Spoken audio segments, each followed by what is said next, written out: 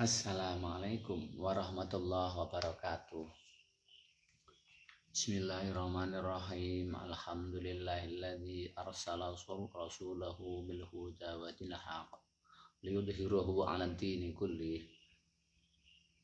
Wassalatu wassalamu ala Muhammadin rasulihi mal al mursalu ila hadhil ummah kullih. Dumateng sedaya kemawon ingkang kawula hormati, pembahasan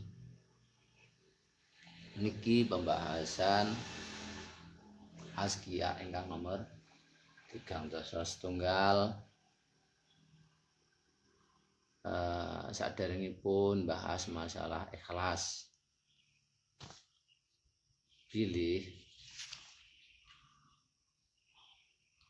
iman seseorang, iman numar in layaku nutakamula hatta yaron nasan bi iblin musilah fayakunu manhuhumu wa dhammuhumu sawa lam yasalau matala imin fitil ulah. Iman seseorang itu belum dikatakan sempurna jika ketika beramal, ketika dilihat oleh manusia atau di situ ada unta, belum ada perubahan dalam pandangan hatinya. Kalau ada manusia merasa kayak gini, khawatir, kerentek, was-was, kekhawatiran dalam hati, itu ada perubahan hati. Ya, kalau pengen ya di sini nih pembelajaran kita ada tentang was-was dalam hati. Makanya tata cara kita, ya Allah, bila ada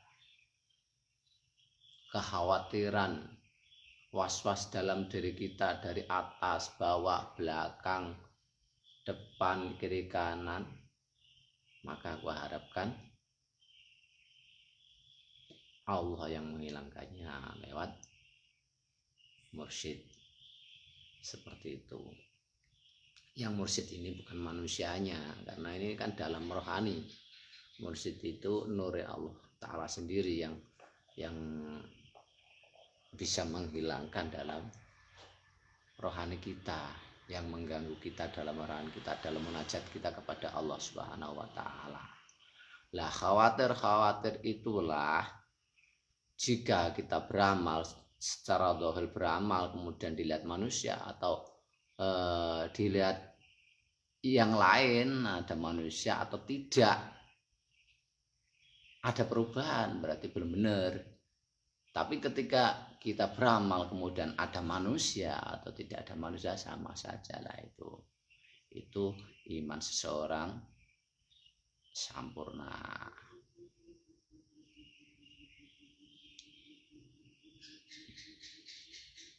Bila ada perubahan ketika dia lihat manusia, itu syirik khafi namanya.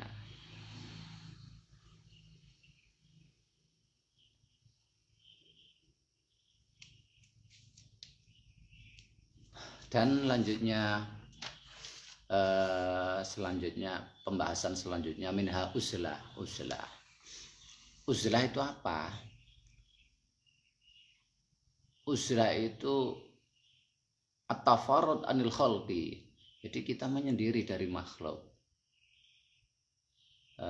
Sehingga tapi menyendiri dan makhluk itu yushilukan anillah wa yuqiuka bisyarri wal halak. Tujuannya untuk fokus beribadah kepada Allah, supaya tidak melakukan kejahatan, kita tidak melakukan kesalahan terhadap orang lain, tidak menyakitkan hati, mulut ini tidak ngerasani, enggak menyakitkan hati orang lain, enggak misui, enggak ngelokno, karena itu semuanya juga mulut itu juga ada hal-hal yang tidak baik, bisa menimbulkan dosa. Dosa ini jika kita melakukan dosa, ada titik nuktah, titik-titik hitam ke dalam kalbu kita sehingga mempengaruhi rohani kita.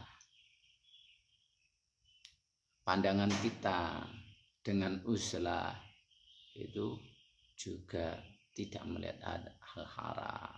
Tetapi zaman sekarang beda. Kita uzlah sendirian, tapi ada HP, ada televisi,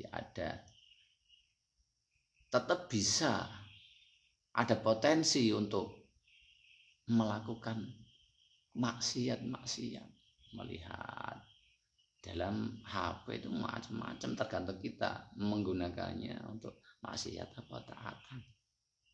Kejahatan dilakukan lewat HP juga banyak, membobol uang orang lain, bujuki, judi online, atau melihat pornoisasi dan lain sebagainya, bisa kita lihat walaupun sendirian. Nah, uzlah itu zaman sekarang nggak perlu di gunung-gunung, di gua kayak seperti dulu, tapi kita menghindar dari maksiat segala perangkapnya. Walaupun kita pakai HP, tapi kita menggunakan HP itu untuk yang baik-baik saja, yang mendatangkan maksiat kita skip, tidak ikut lalu muncul di wall kita. Apa bisa seperti itu? Lain godaan kita sekarang di akhir zaman semakin besar. Setan nggak perlu menggoda manusia kayak dulu, rupa ndas gelundung, rupa memedi, rupa ndas mereng. Sekarang nggak perlu, wis cukup lewat HP aja manusia sudah bisa diperesetkan ke dalam jurang api neraka. Hati-hatilah dengan HP-mu. Itulah HP ini alat dajjal untuk menyesatkan manusia, maka hati-hatilah. Sekilas adalah baik, sekilas sesuatu di hati dikatakan bahwasannya yang dibuat dajjal itu adalah baik, tetapi kenyataannya kebanyakan bisa memelesetkan kita ke neraka Allah Subhanahu wa taala. Itulah alat modern seperti itu fungsinya.